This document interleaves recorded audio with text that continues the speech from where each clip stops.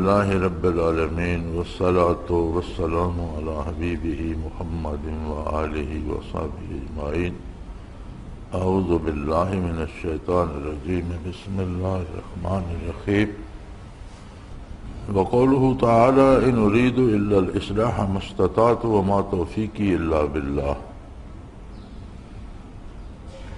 ترجمہ ہے، میں تو اصلاح چاہتا ہوں جہاں تک میرے امکان میں ہے، اور مجھ کو جو کچھ توفیق ہو جاتی ہے صرف اللہ ہی کی مدد سے ہے۔ اس میں وظائف شیخ کے جمع کیے گئے کہ خلوص کے ساتھ اصلاح میں صحیح بھی کرے اور اس صحیح میں توکل بھی کرے، نہ توکل کے سبب صحیح چھوڑے نہ صحیح پر بھروسہ کرے۔ یعنی اس آیہ کریمہ سے سلوک کا یہ مسئلہ ثابت ہوتا ہے کہ اللہ پر بھروسہ بھی کرے اور اپنی پوری محنت اور مجاہدہ اور کوشش بھی کرے، دونوں باتیں ضروری ہیں۔ یہ نہیں ہے کہ اپنی محنت پہ بھروسہ کرے اور اپنی پارسائی کا دعویٰ کرنے لگے، بلکہ بھروسہ اللہ کی ذات پر کرے۔ اور یہ بھی درست نہیں ہے کہ جی میری اللہ پر توکل ہے، اللہ بہتر کرے گا، اور خود محنت نہ کرے، مجاہدہ نہ کرے۔ تو دونوں چیزیں ضروری ہیں۔ فرمایا کہ ان اريد الا الاصلاح ما استطعت، جتنی میری ہمت ہے، جتنا میں کر سکتا ہوں میں اصلاح چاہتا ہوں۔ اور آگے ارشاد ہے وما توفیقی الا باللہ، لیکن مجھے جو اللہ کریم توفیق دیں گے میں وہی کر سکتا ہوں۔ تو دونوں چیزیں سالک کے لیے ضروری ہیں کہ اللہ کریم پر بھروسہ کرے اور مجاہدہ پورا کرے، جتنی ہمت ہے اتنا کرے۔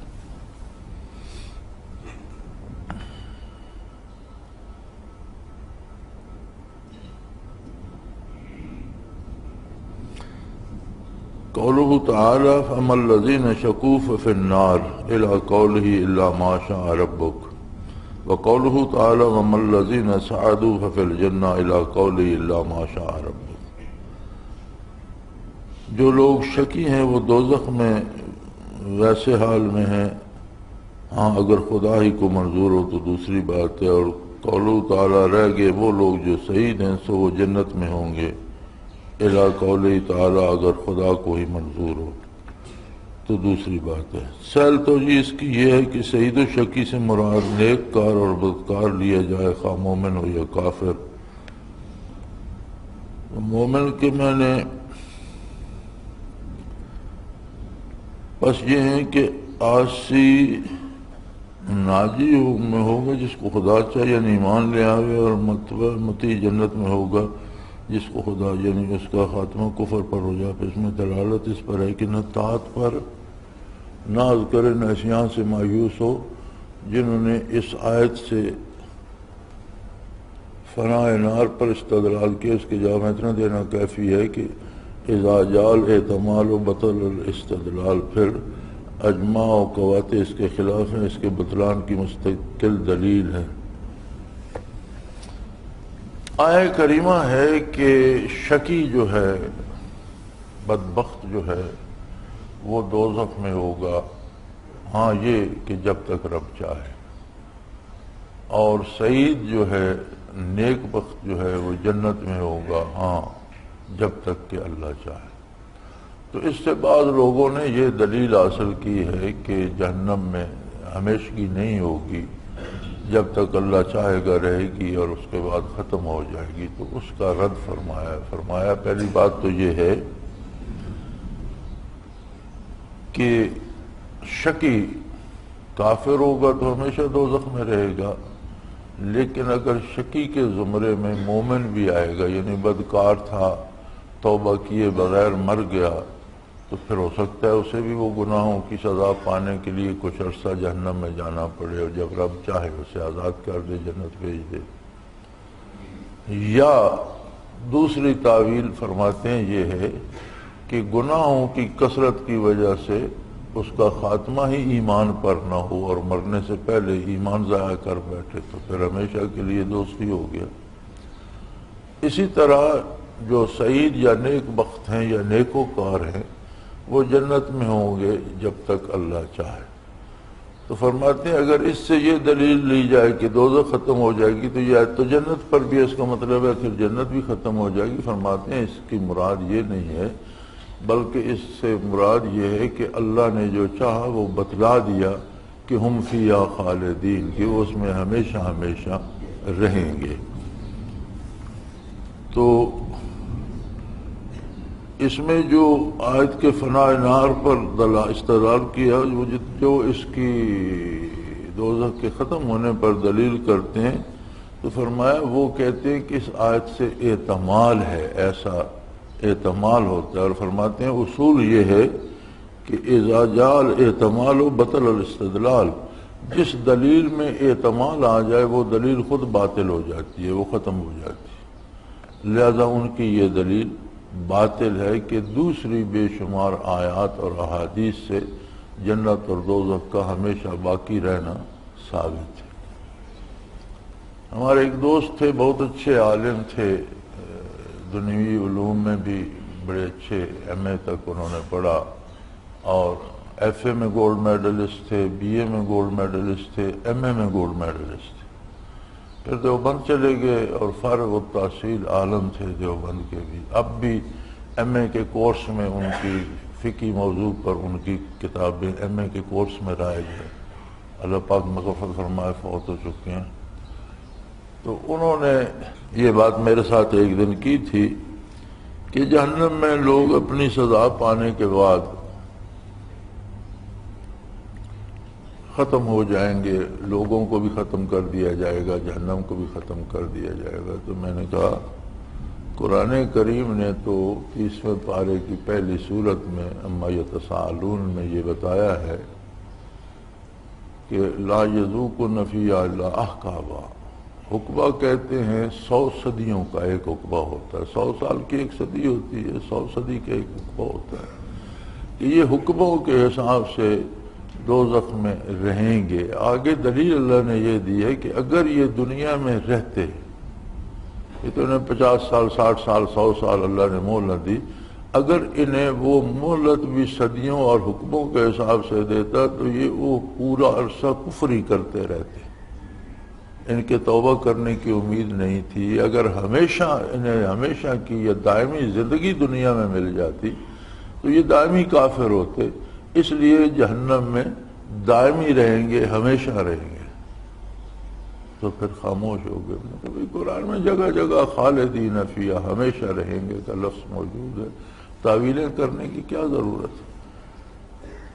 یہ تعویلیں نہ گھڑی جائیں کہ دوزخ ختم ہو جائے گا، یہ کوشش کی جائے کہ اللہ دوزخ سے بچا لے۔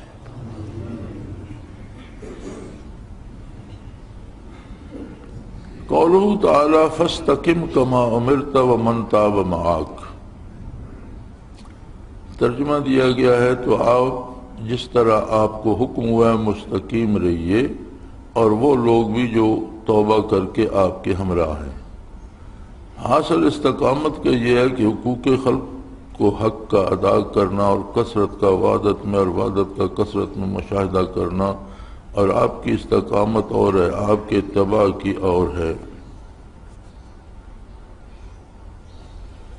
فرماتے ہیں حکم دیا گیا نبی کریم صلی اللہ علیہ وسلم کو فاستقم کما امرت، جس طرح آپ کو حکم دیا گیا ہے اس پر سیدھے سیدھے اور استقامت کے ساتھ رہیے، جم کر رہیے، اور وہ لوگ بھی جو توبہ کر کے آپ کے ساتھ ہوئے۔ تو اس کا مطلب یہ ہے کہ استقامت علی الدین شرط ہے، بنیاد ہے تمام منازل قرب کی۔ یہ جو کہا جاتا ہے نا جی کہ حضرت کے مقامات اتنے ہو گئے ہیں کہ اب انہیں نماز روزے کی ضرورت ہی نہیں، یہ باطل ہے۔ یعنی بنیاد استقامت علی الدین ہے، دین کا اتباع، وحی کا اتباع، حضور اکرم صلی اللہ علیہ وسلم کی سنت کا اتباع، یہ بنیاد ہے۔ اگر ایک عمارت 100 منزلہ 200 منزلہ چلی جاتی ہے، آپ اس کی بنیاد کھود ڈالیں تو وہ گر جائے گی۔ تو یہ کہنا کہ اس کے مقامات اتنے بلند ہو گئے، ایک ہمارا دوست اب بھی ہے وہ نماز روزہ نہیں کرتا، تو میرے سامنے تو نہیں بات کرتا، میں ملاقات ہی نہیں ہوتی، وہ اپنے اجرے سے نہیں نکلتا، میں یہاں سے باہر نہیں جاتا، بڑا عرصہ ہوا ملاقات ہوئی تھی، تو میرے ایک عزیز اس کے پاس گئے تو انہوں نے سوال داغ دیا کہ آپ کو میں نے کبھی نماز پڑھتے نہیں دیکھا۔ تو اسے اس نے بڑا سمجھانے کی کوشش کی کہ بھئی نماز ایک منزل تک پہنچنے کے لیے ہوتی ہے، نماز روزہ عبادات جو ہیں یہ ہیں سیڑھی ہیں کہ جو وہاں پہنچ گئے انہیں کیا ضرورت ہے تو اس نے کہا آپ پہنچ گئے، آپ کو ضرورت نہیں ہے، لیکن رسول اللہ صلی اللہ علیہ وسلم نے تو کوئی نماز نہیں چھوڑی، صحابہ کرام نے تو کوئی نماز نہیں چھوڑی۔ تو اس نے کہا تم یار بحث کرنا چاہتے ہو، بات سمجھنا نہیں چاہتے، چھوڑو اس بات کو، یہ تمہاری سمجھ میں نہیں آئے گی تو ہوتا یہ ہے کہ اصل بنیاد جو ہے وہ اتباع شریعت ہے، جہاں بھی غلطی ہوگی اللہ پناہ دے وہ نقصان دہ ثابت ہوگی، اللہ یہ کہ اللہ معاف فرما دے۔ تو ہاں استقامت میں فرق ہے، رسول اللہ صلی اللہ علیہ وسلم کی استقامت آپ صلی اللہ علیہ وسلم کی شان کے مطابق ہے، امتی کی استقامت اس کی حیثیت کے مطابق ہے، لیکن استقامت ضروری ہے۔ استقامت سے مراد ہے کہ دین کا اتباع پورے خلوص اور پوری محنت سے کرے، جہاں تک اس نے اللہ نے اسے توفیق دی ہے، جتنی ہمت ہے۔ قولہ تعالی ولا ترکنوا الی الذین ظلموا فتمسکم النار، یہاں میرے خیال غلط چھپا ہوا ہے فقصکم النار، فقصکم النار تو نہیں ہونا، تمسکم النار غلط چھپا ہوا ہے۔ فرمایا ان ظالموں کی طرف مت جھکو، کبھی تم کو دوزخ کی آگ لگ جائے۔ اس میں مداہنت اور باوجود قدرت کے نکیر نہ کرنا، ان کی وضع اختیار کرنا، ان کی تعظیم اور بدون ضرورت شریعہ ان کی مجالست سب اسی میں داخل ہے۔ بڑی سخت بات کی ہے قرآن کریم نے، حضرت نے تو ترجمہ ہی کیا ہے، لا ترکنوا الی الذین ظلموا، جو ظالم ہیں اللہ کے نافرمان ہیں ان کے ساتھ تعلقات ظاہر نہ رکھو۔ یہ ترکنو ہوتا ہے جھکاؤ، جیسے آج ہمارے ہاں لوگ اہل مغرب جیسا لباس پہننا، ٹائی شائی لگانا، ان جیسا بن کے آنا، یہ سمجھتے ہیں کہ ان کی نظروں میں بھی ہماری عزت قدر رہے گی، یہ بھی ایک جھکاؤ کی ہے صورت۔ دوسری صورت جھکاؤ کی یہ ہے کہ ہر بندہ تیار ہے میرا پاسپورٹ بن جائے، میں امریکہ چلا جاؤں، برطانیہ چلا جاؤں، وہاں دولت بہت ملے گی۔ جب وہاں پہنچ رہتے ہیں تو کہتے ہیں یہاں کھانے کو حلال نہیں ملتا، بچیوں کو پردہ نہیں کرنے دیتے، یہ ہوتا ہے وہ، بھی یہ ساری چیزیں ہمیں یہاں پتہ ہے نا۔ تو جب پتہ ہے کہ وہاں 4 سکے تو زیادہ مل جائیں گے لیکن دین بھی خطرے میں ہوگا، عزت و آبرو بھی خطرے میں ہوگی، تو کیوں جاتے ہیں؟ تو حضرت فرماتے ہیں اس میں مداحنت ہوتی ہے، یہی منافقت کے بظاہر ان جیسا بن کر ان کو خوش کرنے کے لیے باتیں ایسی کرنا، لباس ایسا پہن لینا۔ دوسری بات باوجود قدرت کے نکیر نہ کرنا، یعنی جہاں بات کر سکتا ہے برائی کے خلاف وہاں بھی نہ بولنا کہ یہ بندہ ناراض نہ ہو جائے۔ اور تیسری بات ان کی وضع اختیار کرنا، ان جیسا بننا، داڑھی منڈانا، مونچھیں کٹوانا، ٹائی باندھنا، ان جیسا لباس پہننا اور سمجھنا کہ اس میں میری عزت ہے۔ اور چوتھی بات ان کی تعظیم، ان کو بہت بڑا سمجھنا، ان کے آگے بچ جانا، اور بغیر ضرورت شرعیہ کے ان کی مجالست، اگر کوئی شرعی ضرورت ہو تو ان کے ساتھ بیٹھنا اور بات ہے، جیسے بعض ملکی امور میں ان سے ملنا پڑتا ہے، بات کرنی پڑتی ہے، بلا ضرورت شرعیہ ان کے پاس بیٹھنا بھی اسی میں داخل ہے۔ اللہ اللہ اللہ۔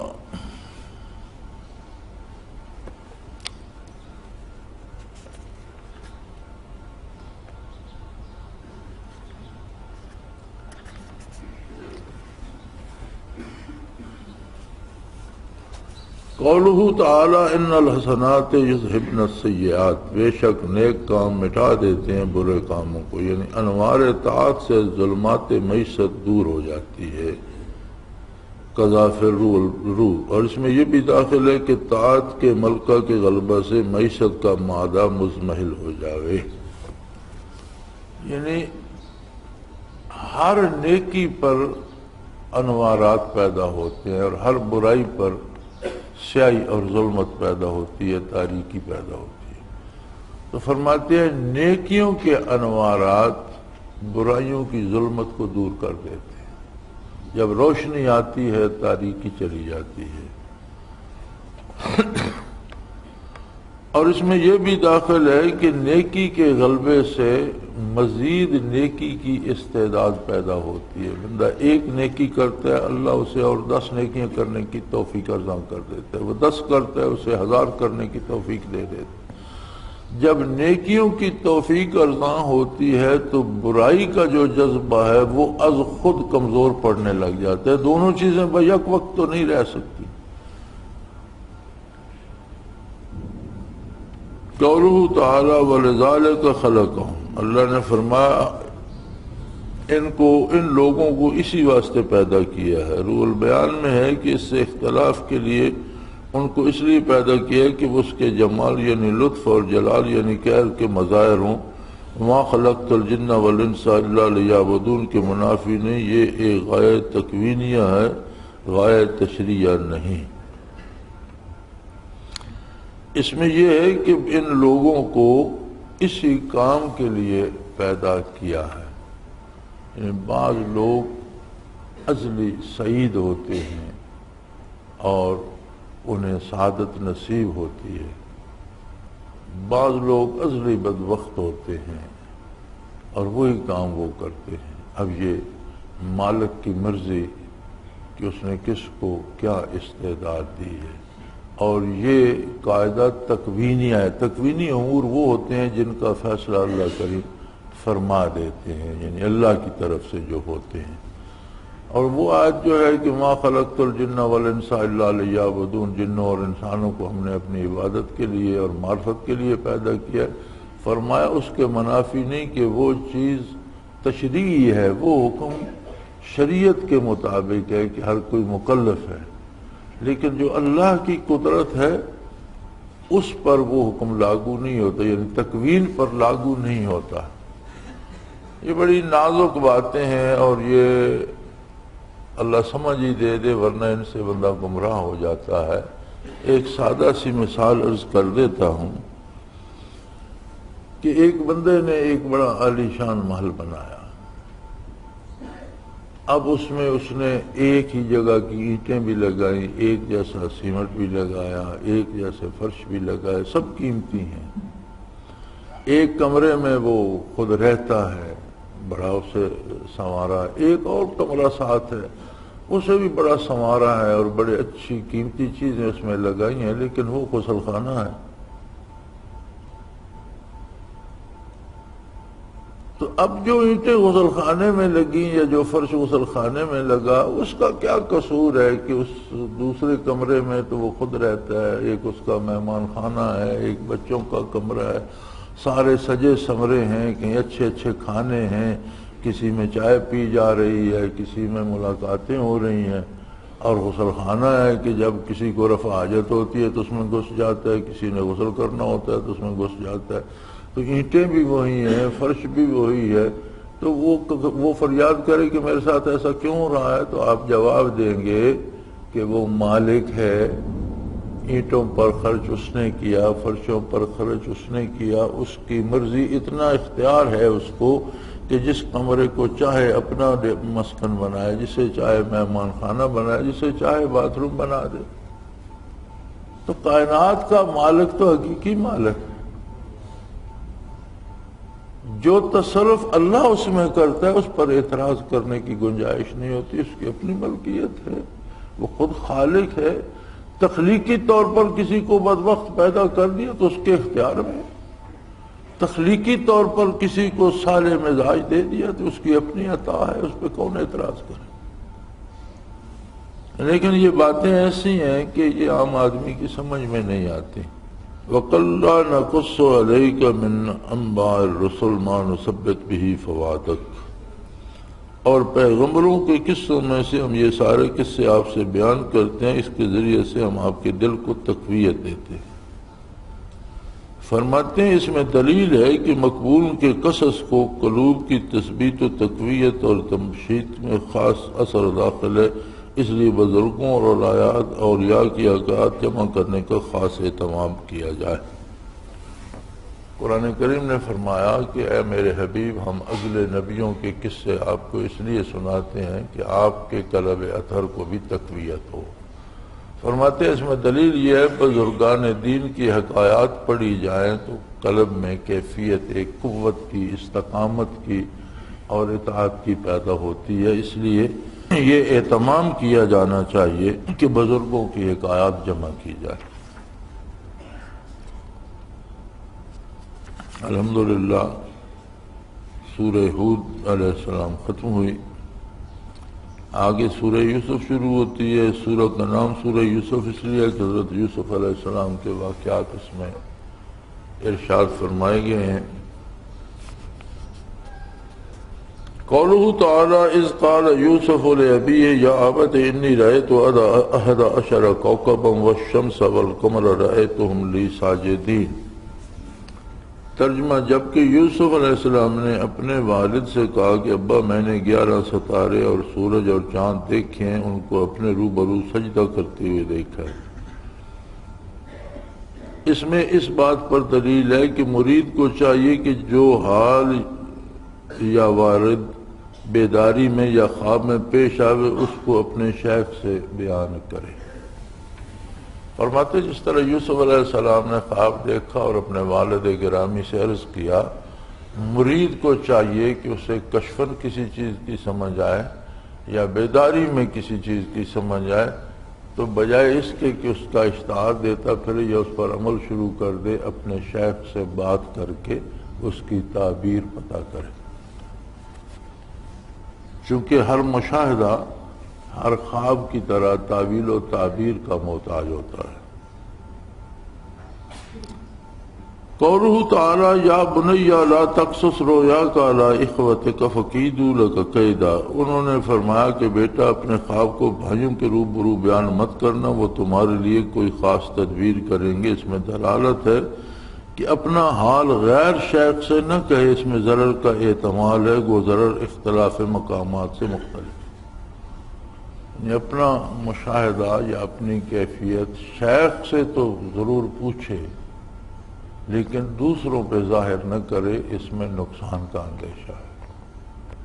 اور اس میں ان لوگوں کے لیے بڑا سبق ہے جو آنکھیں بند کر کے بیٹھ جاتے ہیں اور دوستوں کو کہتے ہیں تمہارے جی کشف میں یہ نظر آتا ہے اور کشف میں وہ نظر آتا ہے. اس کی کوئی گنجائش نہیں ہے، اس میں ان کا اپنا نقصان ہوتا ہے. ابھی مجھے پچھلے دنوں لاہور سے ایک خط آیا، میں بڑا حیران ہوتا ہوں، یا میں پاگل ہوں یا لوگ پاگل ہیں. صحیح ہے، میں ہی پاگل ہوں گا، اتنی مخلوق کہاں پاگل ہوگی. اب خط کا مضمون یہ تھا جی میں کہیں یورپ جانا چاہتا ہوں یا جرمنی یا مجھے نہیں پتا کہاں جانا چاہ رہا تھا. تو میں نے بڑی کوشش کی، مجھے ویزا نہیں ملا تو میں ایک ساتھی کے پاس، اس نے مجھے کشف کر کے بتایا کہ تمہاری قسمت میں نہیں ہے. یار یہ کیا بات ہے. میں نے اسے لکھا تم بھی گدھے ہو اور جس نے تمہیں بتایا وہ تم سے بڑا گدھا ہے. پہلی بات تو یہ ہے کہ اللہ کا حکم ہے کہ جہاں بے دینی ہے اس جگہ کو چھوڑو، جہاں دین ہے وہاں چلے جاؤ. مرتے وقت بھی فرشتے کہتے ہیں کہ یار تیرا یہ حال ہے اور تیرے اعمال کا یہ حال ہے اور تیرے تو قریب نہیں جائے. فیما کنتم، اللہ نے تمہیں اتنی عمر دی تو کیا کرتے رہے ہو. تو مرنے والا کافر یا بدکار کہتا ہے کنا مستضعفین فی الارض، میں تو عام آدمی، کمزور آدمی تھا، جو حکومت یا اس ملک کے بڑے یا اس کے جو وہ کرتے تھے مجھے وہ کرنا پڑتا تھا.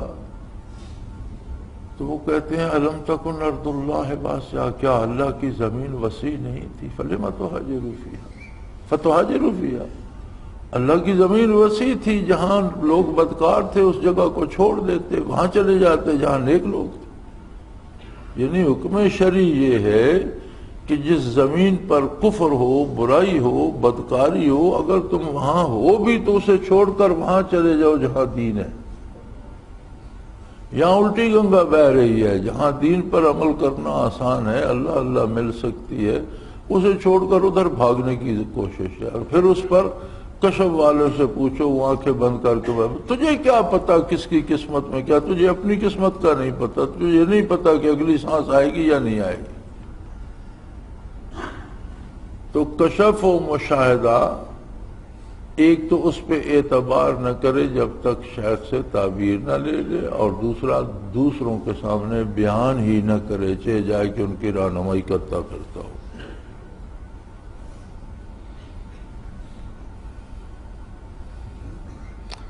قولہ تعالی اذ قالوا لیوسف واخوہ احب الی ابینا منا، وہ وقت قابل ذکر ہے جب ان بھائیوں نے یہ گفتگو کی کہ یوسف اور ان کا بھائی ہمارے باپ کو ہم سے زیادہ پیارے ہیں۔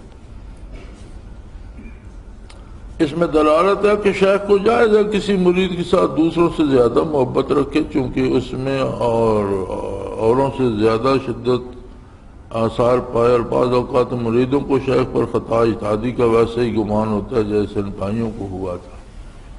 فرماتے ہیں یہ جائز ہے کہ شیخ کو جہاں تک تعلق ہوتا ہے توجہ دینے کا، اس میں شیخ کوئی بھی ہو وہ کبھی یہ فرق کر ہی نہیں سکتا کہ یہ 3 بندے بیٹھے ہیں، ایک پر انوارات زیادہ جائیں، 2 پر کم جائیں، یہ ناممکن ہے، یہ کسی کے بس میں ہی نہیں۔ اس نے توجہ دینی ہے، انوارات اللہ کی طرف سے آنے ہیں اور اگلے نے وصول اپنی استعداد کے کرنے ہیں۔ جس میں 2 آنے کی استعداد ہے وہ 4 آنے وصول نہیں کرے گا، اور جس میں 16 آنے کی استعداد ہے وہ 13 وصول نہیں کرے گا، وہ اس کی اپنی استعداد ہے۔ باقی رہ گئے دنیاوی معاملات، تو بعض مریدوں کو شیخ کے ساتھ زیادہ قرب ہو جاتا ہے، تعلقات ہو جاتے، تو شیخ بھی تو انسان ہوتا ہے، تو فرمایا یہ جائز ہے۔ اور جس طرح یوسف علیہ السلام کے بھائیوں کو غلطی لگی تھی کہ ہمارے والد غلطی کر رہے ہیں، یوسف اور اس کے بھائی سے زیادہ پیار کرتے ہیں، ہم سے کم کرتے ہیں، اس طرح مرید کو نہیں سوچنا چاہیے، بلکہ اپنے آپ کو اس قابل کرے کہ شیخ اس کے ساتھ محبت کرے۔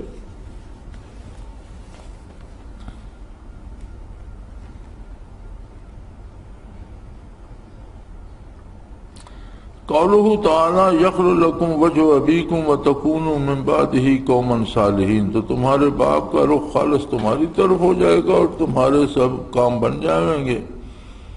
یہ دونوں جملے بقرین جزم امر کے جواب میں، یعنی باپ کی توجہ تمہاری طرف ہو جائے گی، اس توجہ سے تمہاری درست حالی بڑھ جائے گی، اور اس پر درست حالی کو صلاحیت دینیہ پر معمول کیا، تو اس پر دعوت شیخ کی توجہ اصلاح حال مرید میں دخل عظیم ہے، اور یہ مسئلہ مشہور ہے۔ فرمایا انہوں نے ہیلہ تو یہ کیا تھا کہ جب یہ یوسف علیہ السلام نہیں ہوں گے تو ان کے تو والد ماجد کی ساری توجہ ہماری طرف ہو جائے گی۔ انہوں نے کام تو درست نہیں کیا، لیکن فرماتے ہیں کہ شیخ کی توجہ کو اس میں دخل ہے کہ کسی کی طرف اس کی توجہ زیادہ ہو تو اسے زیادہ فائدہ ہوتا ہے۔ قولہ تعالی ارسلہ معانا غدا یرتع ویلعب، آپ ان کو کل کے روز ہمارے ساتھ بھیج دیجئے کہ ذرا وہ کھائیں کھیلیں۔ بعض مفسرین کی تفسیر مسابقت و تیر اندازی کی ہے، جسے مقصود اعداد فوت القطار ادا ہے، اس کو لاب باعتبار صورت کی کہہ دیا، لاب حقیقی کی عبث ہے۔ یعقوب علیہ السلام اجازت نہ دیتے، میں کہتا ہوں کہ بعض حقیقی کو بھی جو مباح ہو، جب اس میں یہ مسئلہ ہو کہ اس سے نشاط ہوگا جو تاثیر علم تکمیل عمل میں معین ہوگا، تو عبث نہیں۔ اس صورت میں دلالت ہوگی کہ مرید کے لیے احیاء ایسی تفریحات قولیہ یا فعلیہ کا اور ایسی مسرت کے مشغول ہو جانا کچھ حرج نہیں۔ بڑی خوبصورت بات فرمائی ہے فرمایا کہ انہوں نے کہا کہ کل بھائی کو ہمارے ساتھ بھیج دیں تو وہ کھیلیں کودیں گے، باہر سیر کریں گے، جنگل میں گھومیں گے تو خوش ہوں گے۔ تو فرماتے ہیں اس کی تعویل بعض علماء نے یہ کرنے کی کوشش کی ہے کہ وہاں وہ تیر اندازی کی مشق کریں گے، یہ کریں گے جو دشمنوں کے خلاف جنگ میں کام آئے۔ فرماتے ہیں یہ خام خواہ انہوں نے تعویل کی ہے، ان کی مراد کھیل کود اور سیر سپاٹے سے ہی تھی۔ تو فرماتے ہیں ایسی تفریحات، ایسے کھیل کود جو شرعاً جائز ہوں اور جن سے صحت درست ہوتی ہو، دماغ تازہ ہوتا ہو، فرحت آتی ہو اور زیادہ نیکی کرنے کی، جہاد کرنے کی قوت بنتی ہو، وہ جائز ہیں، وہ عبث نہیں ہیں، اور وہ مرید کو کرنے چاہیے۔ یعنی بندے کو اپنی صحت کا بھی خیال رکھنا چاہیے، اور ایسی کھیلیں جن سے صحت درست ہوتی ہے، جن میں وقت یا دولت کا ضیاع نہیں، یا سیر و تفریح یا باہر نکل جانا یا پیدل چلنا، سفر کرنا بعض اوقات، یا دوستوں کے ساتھ کچھ کھیلنا کودنا، تو یہ چیزیں فرحت عطا کرتی ہیں، صحت عطا کرتی ہیں، اور زیادہ مجاہدے کی ہمت پیدا ہوتی ہے۔ تو چونکہ اس کا مقصد نیک ہے اس لیے وہ عبث نہیں ہے، وہ لاو و لاب میں نہیں آتا، اس کی تعویل کرنے کی ضرورت نہیں ہے۔ اور بڑی خوبصورت بات ہے کہ صوفی کو بکل لپیٹ کے بیٹھے ہی نہیں رہنا چاہیے، فٹ آدمی ہونا چاہیے کہ مقابلہ دشمن۔ اب صحابہ کرام سب سے اعلیٰ منازل کے حامل ہیں انبیاء کے بعد، لیکن کتنے جہاد کیے، کس طرح دشمنوں سے مقابلہ کیا، کتنے جری اور بہادر ثابت ہوئے۔ تو صوفیاء کا عموماً یہ قاعدہ ہے کہ حضرت کو پانی بھی کوئی پلائے، حضرت کو لاٹھی بھی کوئی پکڑائے، حضرت چل بھی نہیں، فرمایا یہ مزے کی بات نہیں ہے۔ صوفی کو بھی فٹ رہنا چاہیے اپنی وقت، اپنے اس کے مطابق۔ قولہ تعالی بل سولت لکم انفسکم امرا، یعقوب علیہ السلام نے فرمایا تم نے اپنے دل سے ایک بات بنا لی ہے۔ یہ دو موقعوں میں سے ابن عطیہ کا قول روح البیان میں ہے کہ ایک جگہ ان کا گمان صحیح ہوا، دوسری جگہ صحیح نہیں ہوا۔ ایسے شک کو متہم سمجھنا بطور احتمال غالب کے جسے دوسرے افعال حسد کا شبہ پیدا کرنا، خاص کر باپ کا بیٹوں کا معاملہ ہو جب گناہ نہیں ہے۔ اور اس سے یہ بھی معلوم ہو کہ کشف و فراست کا ہمیشہ صحیح ہونا ضروری نہیں۔ انہوں نے جب آ کے بتایا جی یوسف علیہ السلام کو تو بھیڑیا کھا گیا، تو یعقوب علیہ السلام نے کہا یار تم نے یہ بات اپنے دل سے گھڑ لی ہے۔ اب یہاں عجیب بات ہے کہ اللہ نے انہیں کشف نہیں کرایا، نہ وہ یوسف علیہ السلام کو دیکھ سکے، نہ جو ان کے ساتھ بیتی تھی دیکھ سکے، حالانکہ اللہ کے نبی تھے، لیکن اللہ کی مرضی۔ تو اندازے سے انہوں نے فرمایا کہ تم جھوٹ بول رہے ہو۔ تو فرماتے ہیں اس طرح قرائن سے، اندازے سے بات کرنا جس طرف غالب قیاس ہو، یہ گناہ نہیں ہے۔ اور دوسری بات یہ ہے کہ کشف اللہ کی عطا ہے۔ جب یہی یعقوب علیہ السلام برسوں روتے رہے، اور فرماتے ہیں وَبْيَضَّتْ عَيْنَاهُ مِنَ الْحُزْنِ، رو رو کر اور دکھ سے ان کی آنکھیں سفید ہو گئیں، بے نور ہو گئیں، بینائی جاتی رہی۔ برسوں بعد جب یوسف علیہ السلام مصر میں برسر اقتدار آئے، ان کے بھائی غلہ لینے گئے، ایک دفعہ تو انہوں نے واپس کر دیے، پھر دوسری دفعہ گئے تو ظاہر ہوا کہ آپ یوسف ہیں، انہوں نے معافی مانگی۔ تو انہوں نے فرمایا اذهبوا بقمیصی ھذا فالقوا علی وجہہ فارتد بصیرا، میرا یہ کرتا لے جاؤ، میرے باپ کے چہرے مبارک پہ پھیرنا، ان کی نگاہیں درست ہو جائیں۔ فلما فصلت العیر، اب جب قافلہ مصر سے نکلا تو یعقوب علیہ السلام کنعان میں تھے، فرماتے ہیں انی لاجد ریح یوسف، آج مجھے یوسف کی خوشبو آ رہی۔ برسوں بعد، بعض 13 سال لکھتے ہیں، بعض 23 سال لکھتے ہیں۔ تو مولانا رومی رحمۃ اللہ علیہ نے بڑی خوبصورت بات کی ہے کہ کسے پرسید آن گم کردہ فرزن کہ اے روشن گوہر پیر خرد مند۔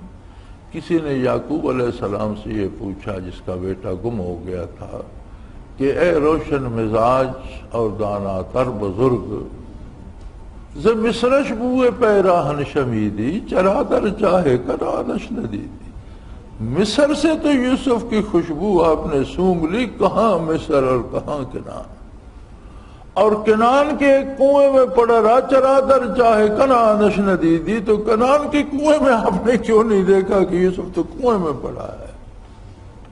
تو انہوں نے فرمایا بگفتہ والے ماں برکے جہان است، دم پیدا دم دیگر نہان است، کہ ہمارا حال تو اس طرح ہوتا ہے جس طرح آسمانی بجلی کڑکتی ہے تو پورا ماحول روشن کر دیتی ہے، اور غائب ہوتی ہے تو تاریکی پہلے سے بڑھ جاتی ہے۔ گہے بر تار میں اعلیٰ نشینم، کبھی تو ہمیں عرش اولا تک ہر چیز نظر آ رہی ہوتی ہے، گہے بر پشت پائے خود نبینم، اور کوئی لمحہ ایسا آتا ہے کہ اپنے پاؤں کی پشت بھی ہمیں نظر نہیں آ رہی ہوتی، جو ہمہ وقت سامنے ہوتی ہے ہمیں وہ بھی نظر نہیں آ رہی ہوتی، ہمارا احوال اللہ کے دست قدرت میں ہے۔ لہذا یہ کشف و مشاہدہ بھی اللہ کے دست قدرت میں ہے، جب بتانا چاہا بتا دیا، اور 23 برس نہیں بتانا چاہا نہیں بتایا، یہ اس کی اپنی حکمت ہوتی ہے۔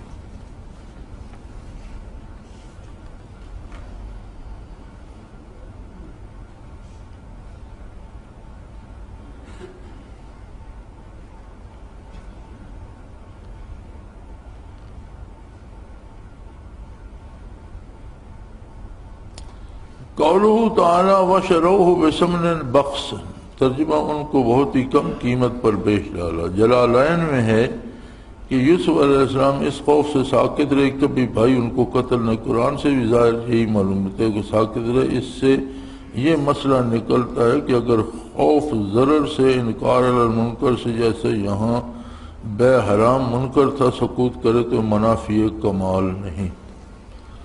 فرماتے ہیں انہوں نے قافلے والوں کے ہاتھ بھائی کو بیچ دیا، اب یہ ان کا بیچنا حرام تھا، جائز نہیں تھا، وہ ان کے غلام نہیں تھے، ظلم کر رہے تھے، تو انہوں نے منع نہیں کیا، خاموش رہے۔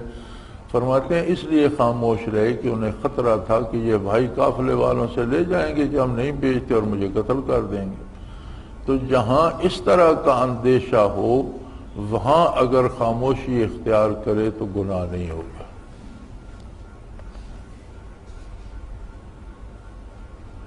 قولہ تعالی معاذ اللہ انہ ربی احسن مثوائی،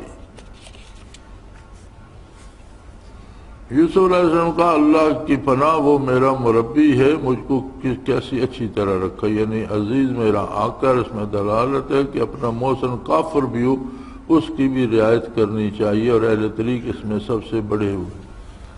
فرمایا جس طرح عزیز مصر کی بیوی نے ورغلانا چاہا تو یوسف علیہ السلام نے کہا کیا باتیں کرتی ہو تم، اس نے تو مجھے اتنی اچھی طرح رکھا اور میری اتنی اچھی خدمت کی اور بہت محبت سے مجھے پالا جوان کیا، تو میں اس کے گھر میں خیانت کروں گا؟ تو فرماتے ہیں کہ احسان کرنے والا بندہ جو آپ سے نیکی کرتا ہے یا آپ کی مدد کرتا ہے، اگر کافر بھی ہو تو اس کا لحاظ کیا جائے گا، اس کا احترام کیا جائے گا، چونکہ عزیز مصر تو مسلمان نہیں تھا، لیکن حضرت یوسف علیہ السلام نے اس کا لحاظ کیا۔ اور فرماتے ہیں صوفیاء تو اس میں سب سے بڑے ہوئے ہیں، ان سے کوئی تھوڑی نیکی کرتا ہے تو وہ زیادہ احسان کرتے ہیں اس کے ساتھ۔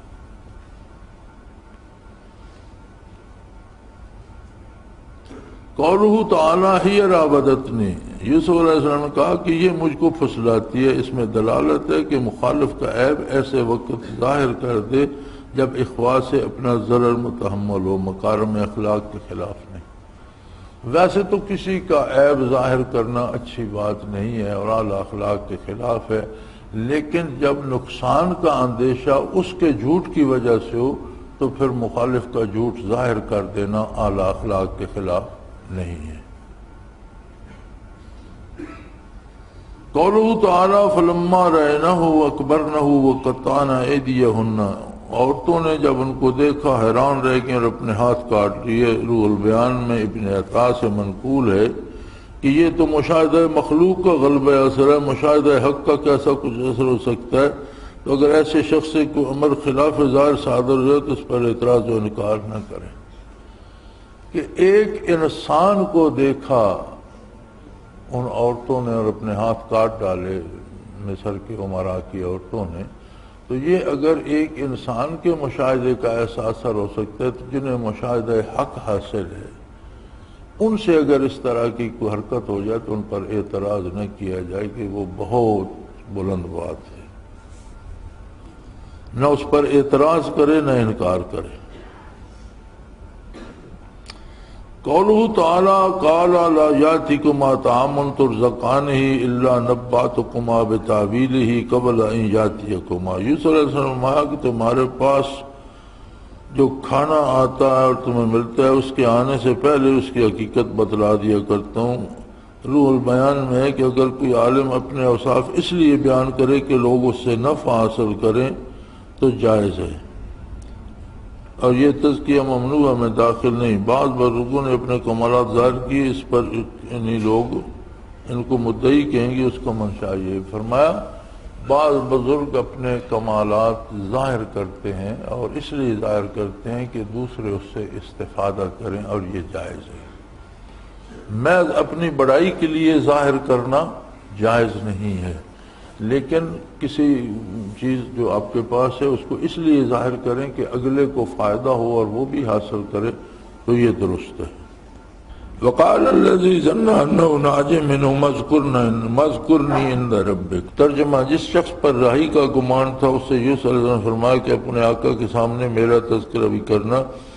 اس میں دلالت ہے کہ ازالہ شدت کے لیے کسی مخلوق سے استعانت کرے، خصوص جس پر احسان کیا ہو، تو کچھ حرج نہیں، کیونکہ اسباب مشروعہ میں سے، اور اس کو احسان کا عوض جاننا گویا احسان سے محبت پیدا ہو جاتی ہے، محبت سے استعانت۔ یوسف علیہ السلام نے جس کے بارے یہ تعبیر دی تھی کہ تم رہا ہو جاؤ گے اور بادشاہ کی خدمت کرو گے، اسے کہا کہ یار بادشاہ کے سامنے میری بات بھی کرنا، برسوں سے جیل میں بے قصور پڑا ہوں۔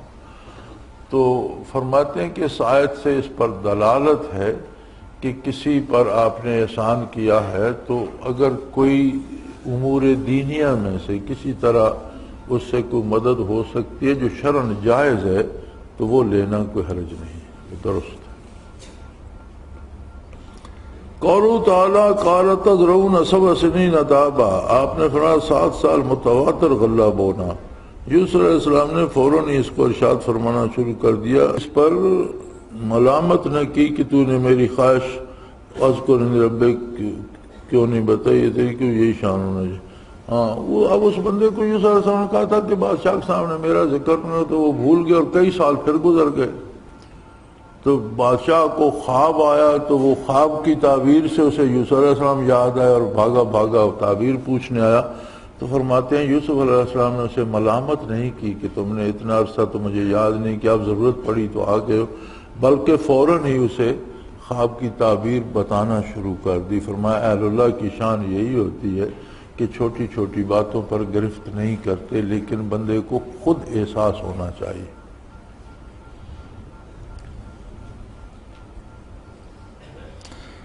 قولہ تعالیٰ فلما جاء الرسول قال ارجع الى ربک فاسألوا ما بال النسوة التي قطعن ایدیہن۔ جب آپ کے پاس قاصد پہنچا تو آپ نے فرمایا کہ اپنی سرکار کے پاس لوٹ جا اور اس سے دریافت کر کے ان عورتوں کا کیا حال ہے جنہوں نے اپنے ہاتھ کاٹے تھے۔ یہ اس لیے فرمایا کہ تہمت کا ازالہ ہو جائے، مقتدا کو یہی مناسب ہے کہ اس کی دعوت الحق پر نفع مرتب ہو۔ تو فرمایا کہ جب وہ بلانے کے لیے آیا، پھر جب اس نے تعبیر بتائی تو بادشاہ نے پھر قاصد بھیجا کہ یوسف علیہ السلام کو بلا لو، تو انہوں نے فرمایا پہلے ان عورتوں کو بلاؤ جنہوں نے اپنے ہاتھ کاٹ ڈالے، ان سے اصل واقعہ پوچھو کہ کیا ہے۔ تو فرماتے ہیں یہ جائز ہے کہ جو شخص مقتدا ہو اگر ایسا موقع آئے تو اس پر جو الزام لگے ہوئے ہیں ان کا دفاع کرے، اس سے لوگوں کو فائدہ ہوتا ہے تاکہ لوگوں کے ذہن صاف ہو جائیں۔ قولہ تعالیٰ ذالک لیعلم انی لم اخنہ بالغیب لا قولی ما ابری نفسی۔ یوسف علیہ السلام فرمایا کہ یہ یار یہاں غلطی کھا گئے ہیں سارے علماء۔ یہ بڑی عجیب بات ہے کہ بادشاہ نے قاصد بھیجا، یوسف علیہ السلام نے کہا کہ نہیں پہلے ان عورتوں کو بلاؤ، ان سے معاملہ دریافت کرو۔ عورتیں بلائی گئیں تو عزیز مصر کی بیوی نے جس کا نام زلیخا بتاتے ہیں، اس نے کہا جی میرا قصور تھا، میں نے غلطی کی، مجھ سے سب کچھ ہوا۔ آگے وہ کہتی ہے ذالک یعلم انی لم اخنہ بالغیب، اور میں یہ سچ اس لیے بتا رہی ہوں کہ یوسف علیہ السلام سے نہ سمجھیں کہ ان کی غیر موجودگی میں نے ان پر جھوٹ باندھا اور ان سے خیانت کی۔ اور آگے اسی کا قول ہے وما ابری نفسی، میں اپنے نفس کو بری نہیں سمجھتی، ان النفس لامارۃ بالسوء، نفس برائی کا حکم دیتا ہے۔ یہ سارا علماء نے اٹھا کر یوسف علیہ السلام کی طرف منسوب کیا، حالانکہ یوسف علیہ السلام جیل میں وہ تشریف ہی نہیں لائے،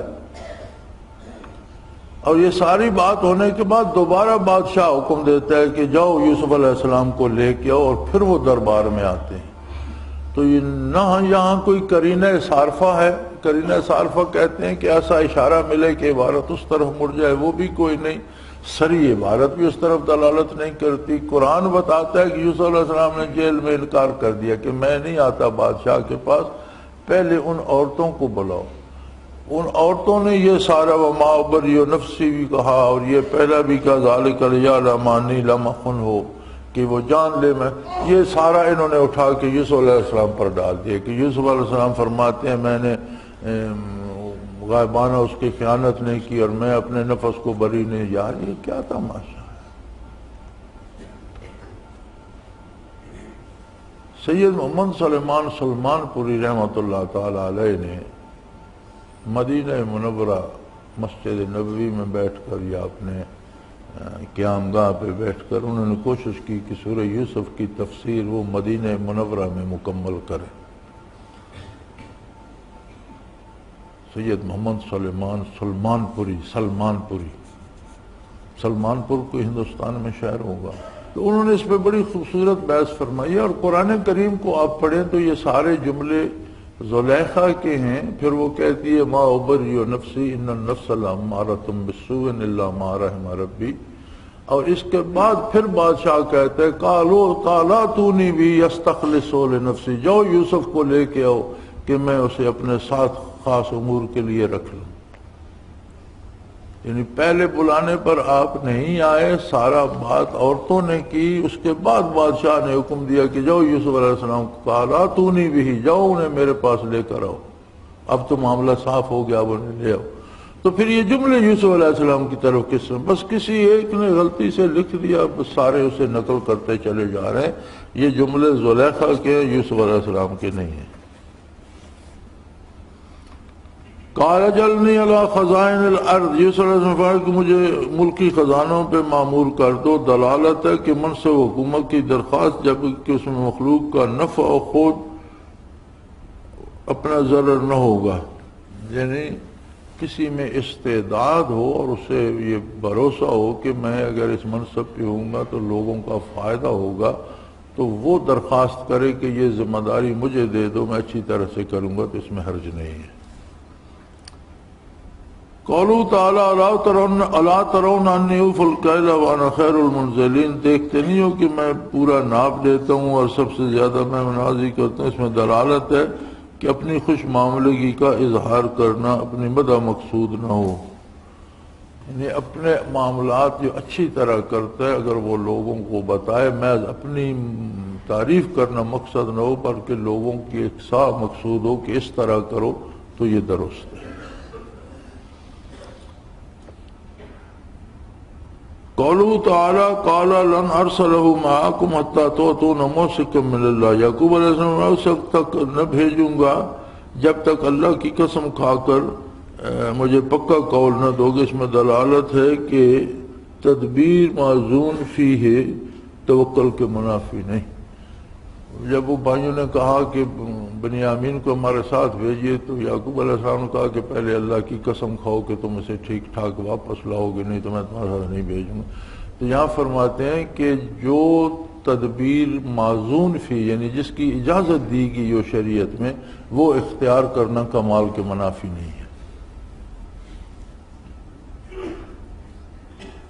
قولہ تعالیٰ کذالک کدنا لیوسف، ہم نے یوسف کی خاطر اس طرح تدبیر فرمائی، اشارہ ہے کہ کامل کے افعال افعال حق کے مظاہر ہیں، یعنی کام تو یوسف علیہ السلام نے کیا تھا کہ وہ پیمانہ چھپا دیا غلے میں اور پھر بھائی کو روک لیا، تو اللہ نے فرمایا کذالک، یہ تدبیر ہم نے کی تھی یوسف علیہ السلام کے لیے۔ تو فرماتے ہیں کاملین کے افعال جو ہوتے ہیں وہ اللہ کی قدرت کے مظاہر ہوتے ہیں، سمجھ نہ آئے تو ان پر اعتراض نہیں کرنا چاہیے۔ حق کے یہ افعال حق کے مظاہر ہوتے ہیں، اللہ کی قدرت کے مظاہر ہوتے ہیں۔ قولہ تعالی وتعالی عنہم وقال یا اسف علی یوسف، ان کی طرف سے رخ پھیری اور کہنے لگے یا یوسف۔ یہ شبہ نہ کیجیے منصب نبوت کے خلاف ہے کہ معرفت کاملہ اس کے لوازم سے محبت، اس کے لوازم سے محبت کاملہ اس کے ساتھ غیر کی گنجائش کہاں؟ تو جواب یہ ہے کہ یہ محبت طبیعہ ہے جب حق کے ساتھ جمع ہو سکتی ہے۔ یعنی یوسف علیہ السلام کے لیے اتنا روئے اور بیٹوں سے رخ پھیر لیا اور کہا ہائے یوسف، تو فرماتے ہیں یہ تو کمال کے خلاف ہو گیا۔ فرماتے ہیں نہیں، محبت حق جو ہے وہ اپنی جگہ ہے، اور یہ محبت طبعی ہے جو فطری طور پر انسان کو انسان سے ہوتی ہے، اور یہ جب حق کے ساتھ ہو تو یہ منع نہیں ہے۔ محبت نہ ہو تو اولاد کو کون پال سکتا ہے؟ ماں کو محبت نہ ہو تو انسان کا بچہ پالنا تو بڑا مشکل ہے۔ تو یہ محبت طبعی ہوتی ہے۔ ہاں، والذین آمنوا اشد حبا للہ، حب الہی اس پہ غالب آنی چاہیے، یعنی طبعی محبت میں کوئی غیر شرعی کام نہ کرے، اللہ کی محبت غالب آئے۔ محبت طبعیہ کمزوری نہیں بلکہ یہ انسانی وصف ہے۔ قولہ تعالی قال لا تثریب علیکم اليوم، یوسف علیہ السلام نے فرمایا تم پر آج کوئی الزام نہیں۔ اس میں شاہ کرمانی سے منقول ہے کہ جو شخص مخلوق کی نظر حق سے دیکھے گا ان کی مخالفت کی پرواہ نہ کرے گا، جو ان کو اپنی نظر سے دیکھے گا اپنی عمر ان کی بحث و تکرار میں ختم کر دے گا۔ سبحان اللہ۔ فرمایا مخلوق کو نظر حق سے دیکھو۔ یہ بڑی عجیب بات ہے کہ کتنی مخلوق اللہ کی نافرمانی کرتی ہے، وہ انہیں پال رہا ہے، نعمتیں دے رہا ہے، اس نظر سے مخلوق کو دیکھا جائے۔ اگر مخلوق کو اپنی نظر سے دیکھو گے تو پھر ان کے کردار پر بحث کرتے کرتے تمہاری عمریں بیت جائے گی، کچھ نہیں ہوگا، کوئی فرق نہیں پڑے گا۔ لہذا یوسف علیہ السلام نے جب بھائیوں نے کہا کہ ہم سے غلطی، انہوں نے فرمایا کوئی پرواہ نہیں، تمہیں معاف کیا۔ اب اس بحث میں پڑھتے تو کتنا وقت ضائع ہوتا۔ انہوں نے نظر حق سے دیکھا کہ اللہ تعالیٰ جس طرح درگزر فرما رہے ہیں، چلو چھوڑ دیا، جانے دو۔ یا اہل مکہ کو حضور یہی آیت سنائی تھی، لا تثریب علیکم اليوم اذهبوا انتم الطلقاء، جاؤ تم سب آزاد ہو۔ قولوا تعالی ولما فصلت العیر قال ابوہم انی لاجد ریح یوسف، جب قافلہ چلا تو ان کے باپ نے کہا کہ تم مجھ کو بڑھاپے کی بے کی باتیں کرنے والے، تو میں ایک بات کہوں، مجھ کو یوسف کی خوشبو آ رہی ہے۔ روح البیان میں ہے چونکہ بات کا وقت آ پہنچا تھا اس لیے خوشبو مدرک ہو گئی۔ جب وہ کنویں بہت ہی قریب تھے، وقت نہ آیا تھا، خوشبو مدرک نہ ہوئی۔ یعنی وہی بات جو میں پہلے عرض کر چکا ہوں کہ اللہ کی اپنی شان ہے، کنویں میں پڑے رہے وہاں سے خوشبو نہیں آئی، حالانکہ اسی گاؤں کا کنواں تھا، اور جب اللہ کو ملاقات منظور سی تو مصر سے خوشبو آ گئی۔ قولوا تعالی توفنی مسلمہ، مجھ کو پوری فرماداری کی حالت میں۔ اس میں دو مسئلے ثابت ہوتے ہیں، ایک باوجود عصمت کے امتناع کفر الانبیاء کا خوف، دوسرے بعض تفاسیر پر شوق لقاء سے موت۔ اس میں دو مسئلے ہیں، ایک تو انبیاء جو معصوم ہوتے ہیں وہ بھی کہتے ہیں اللہ مجھے اسلام پر موت دینا، اس کا مطلب ہے کہ یہ دعا کرنا بہت ہی اعلیٰ ہے کہ میرا خاتمہ ایمان پر۔ اور دوسرا فرماتے ہیں کہ بعض لوگوں کو انتہائی محبت میں موت کی تمنا ہو جاتی ہے اور وہ معیوب نہیں۔